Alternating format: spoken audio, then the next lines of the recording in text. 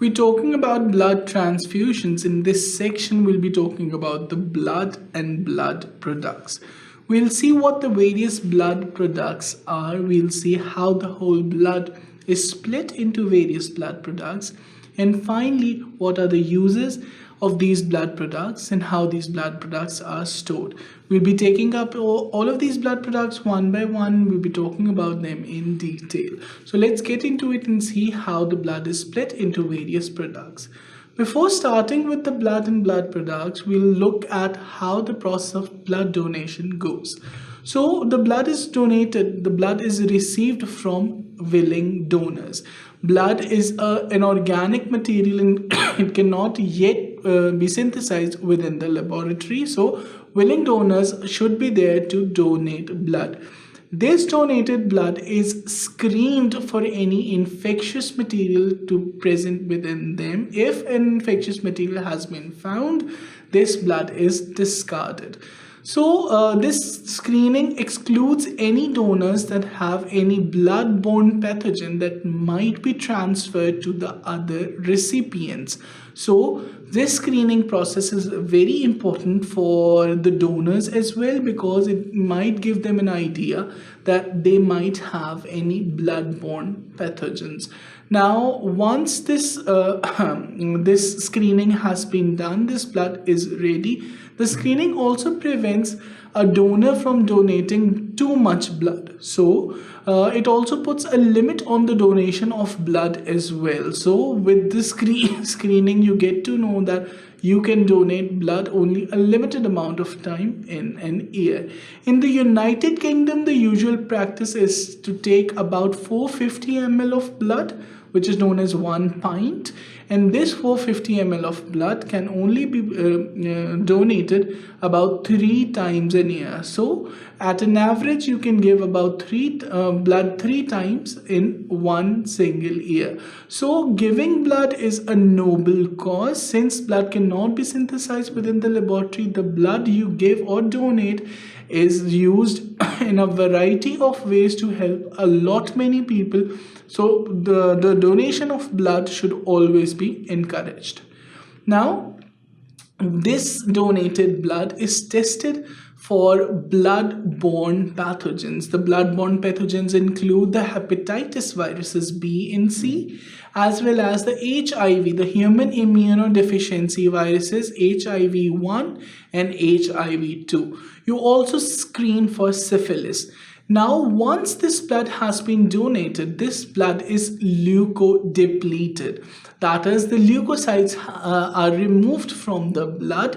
Once this blood is leukodepleted, it helps in prevention of the prevention against the variant Creutzfeldt-Jakob disease. So Creutzfeldt-Jakob can be prevented by leukodepletion of this donated blood. The leukodepletion is now a standard procedure, and with the help of this leukodepletion, this variant of Creutzfeldt-Jakob is prevented. Now, the blood type is determined. There are 2 types of blood grouping system, the ABO system and the rhesus system, the RH system. RH has the antigen D, so it is known as the RHD system. So the ABO, the blood is typed according to the ABO system as well as the RH system. And finally, we determine if there is the presence of any irregular cell bodies, irregular red cell bodies. The presence of irregular red cell bodies deems the blood unfit or unsuitable for donation. Now the blood is processed into subcomponents. The processing of blood into subcomponents is very important because blood is a valuable and a limited resource, and this valuable and limited resource is used to its maximum. Now we are starting off with the blood and the blood products. The figure shows a pint of whole blood. Here you can see it is labeled whole blood, which gives you an idea of what this fluid actually is. This A in capital determines the type of the blood group of this It also has Rh positive. That means it is subtype Rh positive, overall type A positive. So the blood has been typed according to the ABO system as well as the Rh system. This is the serial number that has to be checked and noted by two medical professionals. One can be a doctor, one can be a nurse, so that the required blood, only the sanctioned blood for the sanctioned patient is delivered. So you have to check that it's the same bottle or the same pint that has been sanctioned for your patient before donating that blood to your patient. So whole blood is rarely available in civilian practice. Now, why is that? The whole blood, again, we've talked about it, blood is a rare and a very important resource. So whole blood is not utilized in civilian practice. In military practice, whole blood is used extensively because there are war conditions and whole blood is effective in that. However, in civilian conditions, the blood is processed into its subcomponents and whole blood is not readily available. So it is inefficient use of a limited resource. That is the reason whole blood is not available in the civilian practice. It has various advantages over the packed red cells. So we'll see what packed red cells are in how this whole blood has various advantages. For one, it's coagulation factor rich. Since it's whole blood, it is rich in coagulation factors, so it is one of the most important plus points for the whole blood and one of the reasons of its use. If this fresh blood is fresh, that it has been donated recently, it is more metabolically active than the stored blood.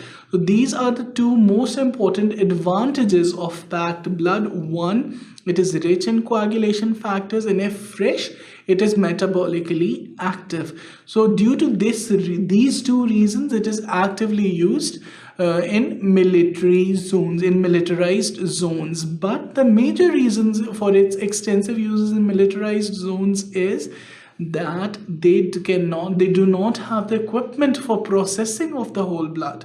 So what they do is they donate blood and they use it as such after cross matching. Now this is a packed red cell pint. Now again, this represents how the packed red cells look like. This is AB positive. So the blood has been characterized by the ABO system as well. That is, this is AB. The blood is type AB. Now it has also been characterized with the help of the rhesus system. So it is positive. So it is AB positive blood type. Now this is a serial number which has to be noticed again which has to be read and written and reported by two of the medical professionals. One of them needs to be a doctor.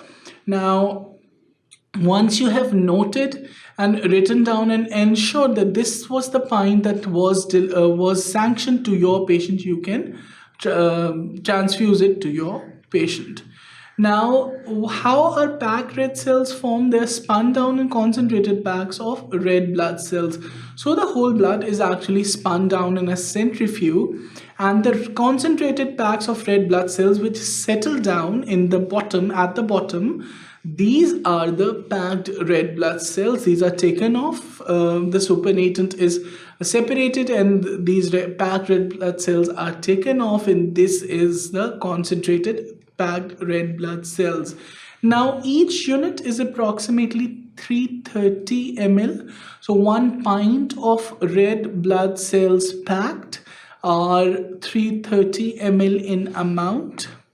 Now the hematocrit is 50 to 70%. So the hematocrit concentration of this pint of 330 ml is 50 to 70%. Now it is stored in a special solution. So special solution is used to store these packed red cells. This solution is an amalgam, is a mixture of saline adenine, glucose, and mannitol. So it is known as SAG-M solution. S for saline, A for adenine, G for glucose, and M for mannitol.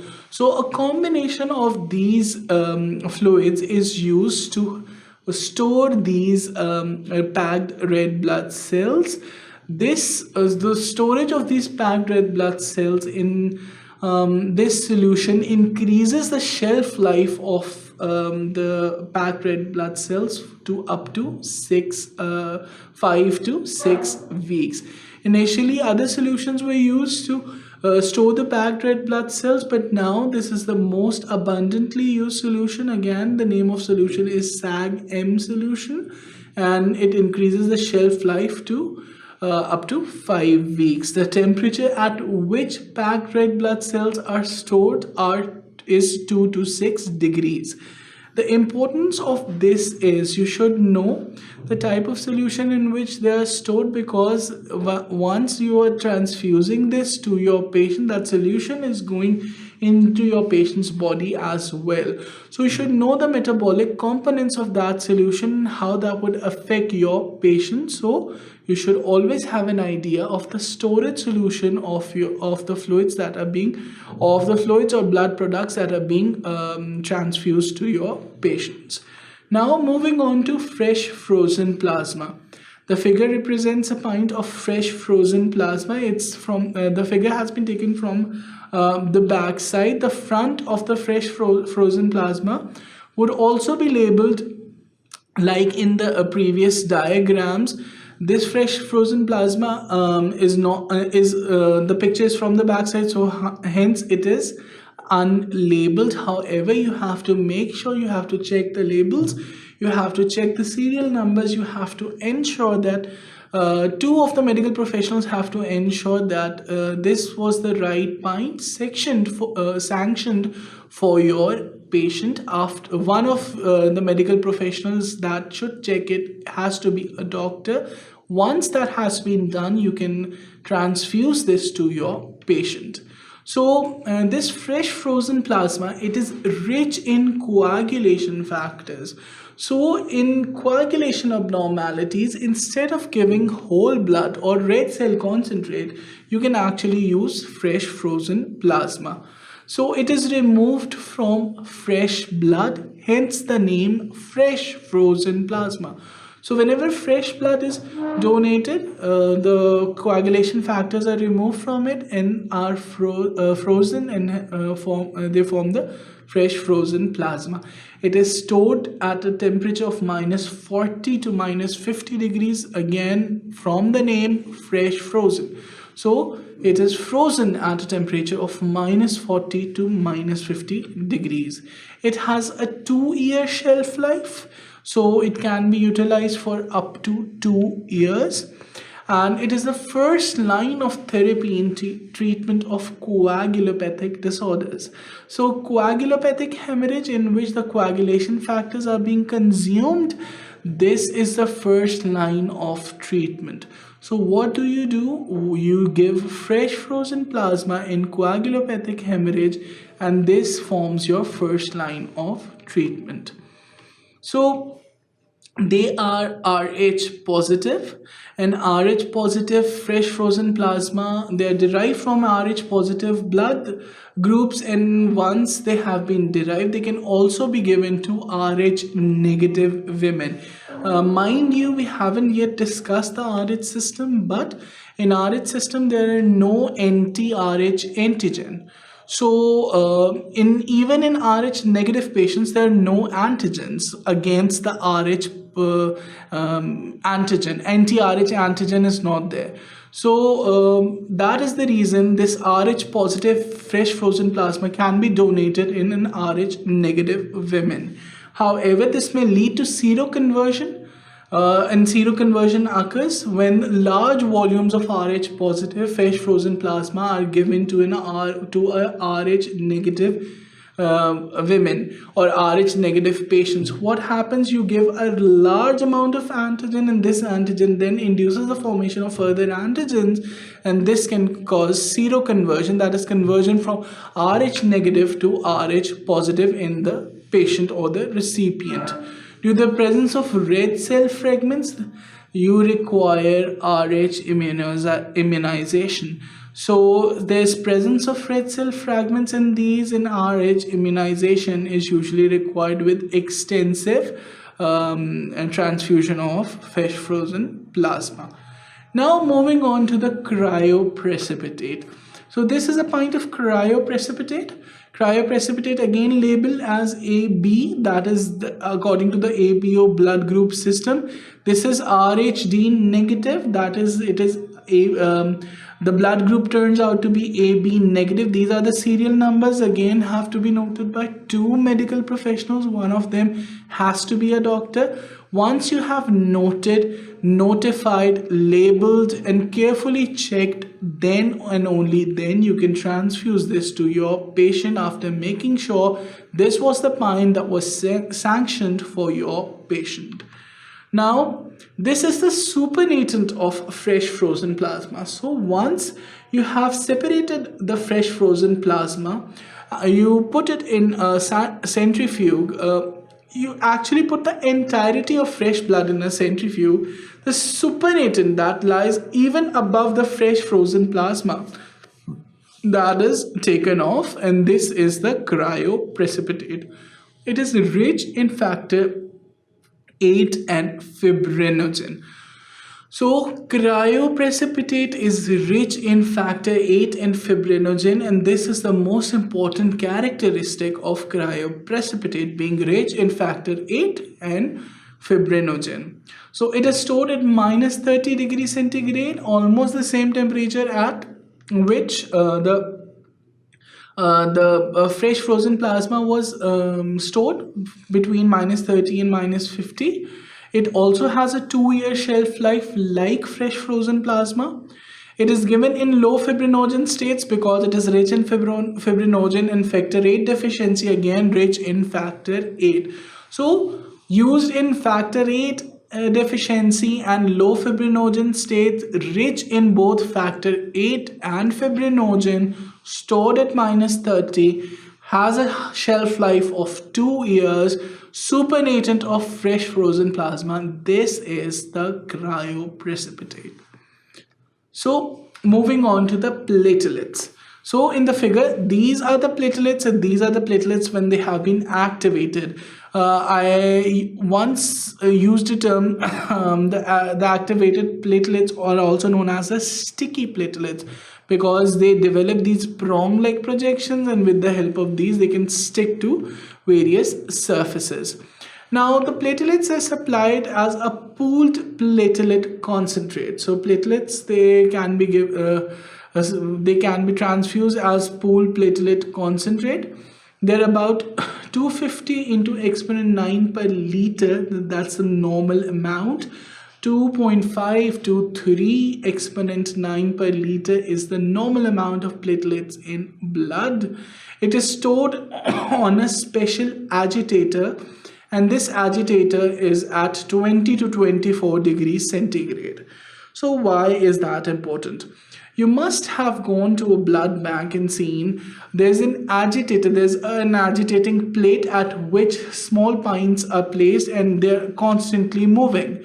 This agitating plate keeps on rotating, keeps on moving. The temperature is maintained between 20 to 24 degrees centigrade. These are the bags of platelets.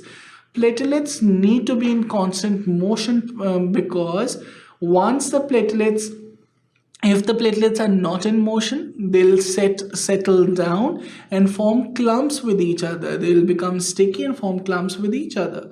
So in order to keep the platelets in function, they are present on a special agitator plate at 20 to 24 degrees. They have a shelf life of 5 days, a relatively small shelf life. They are given to patients with thrombocytopenia and platelet dysfunction. So in patients with thrombocytopenia and platelet dysfunction, the use of platelets is recommended. Now, there are various considerations with polypharmacy. So, what are the various considerations in platelet use with polypharmacy? Now, we've seen it is pretty common to prevent the CVS risks. Patients are on antiplatelet therapy.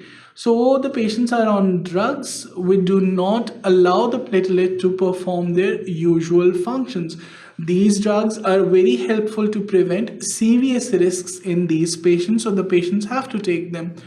Aspirin therapy, it really poses a problem. So if a patient is on aspirin, it is not a big deal. So aspirin is somewhat better tolerated. It inhibits the platelet function, but not to the extent that it might cause difficulty for management. Now, control of hemorrhage in these patients who are on antiplatelet drugs, it becomes very, very difficult, because antiplatelet drugs are actually platelet inhibitors, and platelet inhibitors prevent the platelets from clumping together. Once the platelets are prevented from clumping together, if a bleeding site appears, the platelet plug would not be formed, and hence the stoppage of that bleeding becomes very, very difficult. So arginine, vasopressin, or its analogs have been helpful in these conditions. So what do? You use arginine, vasopressin, and its various analogs, and these have been helpful in conditions like these. Now, patients on clopidogrel, again an antiplatelet drug, who are actively bleeding, they require a constant drip of platelets during the course of the procedure. So patients who are actively taking clopidogrel for their serious conditions, they require an active supply of platelets during their surgical procedures, so that the extensive bleeding might not occur, so that the platelets might perform their function. So these are the patients that require the transfusion of platelet concentrates. So again, aspirin therapy, not a problem. Anything beyond aspirin, anything antiplatelet beyond aspirin, that is a problem. So before getting into surgery, it is always recommended you'd ask the patient for any pharmacological drugs the patient might be taking, and you should always consider any antiplatelet drugs in the patient. Always ask for it and make sure the patient is not taking it. If the patient is taking it, you should take extra precautions during the surgery. Now we have prothrombin complex concentrates. So here you can see in the vial, these are the prothrombin complex concentrates. Here in the vials, these are highly purified concentrates which are prepared from the pooled plasma. So the origin of these is from the plasma. Now they contain factor 2, factor 9, and factor 10. These are the clotting factors which are in abundant amounts in these. These are specially prepared from the plasma. Now the factor 7 may be included or produced separately. You can include the factor 7 in this prothrombin complex, or you can produce it separately. It is indicated for emergency reversible of anticoagulant therapy in uncontrolled hemorrhage. So if a patient is on anticoagulant therapy and is rapidly bleeding, these prothrombin complex concentrates are very, very important in these patients. These patients would not respond to traditional medication. These patients would not respond to whole blood, fresh frozen plasma. They might somehow respond to cryoprecipitate. However, they would not respond to any other thing. So the best available option for them is the prothrombin complex concentrate, because they are used for the reversal of anticoagulant therapy in uncontrolled hemorrhage. Now, what is autologous blood? So autologous blood is derived from self. So during an elective procedure, you can pre-donate your blood. Since it's an elective procedure, you can pre-donate your blood, and your blood can be stored so that it can be redonated to you during the surgical procedure if required. So you pre-donate your blood. It can be done up to 3 weeks before surgery. Now, during the surgery, the blood that is collected in the cell saver, it can also be redonated. This cell saver, it washes and collects the red blood cells, and cells can then be returned to the patient. So this was all about this section. In this section, we talked about the blood and the blood products in detail. I hope you liked and understood it. For further sections, keep watching sqadia.com.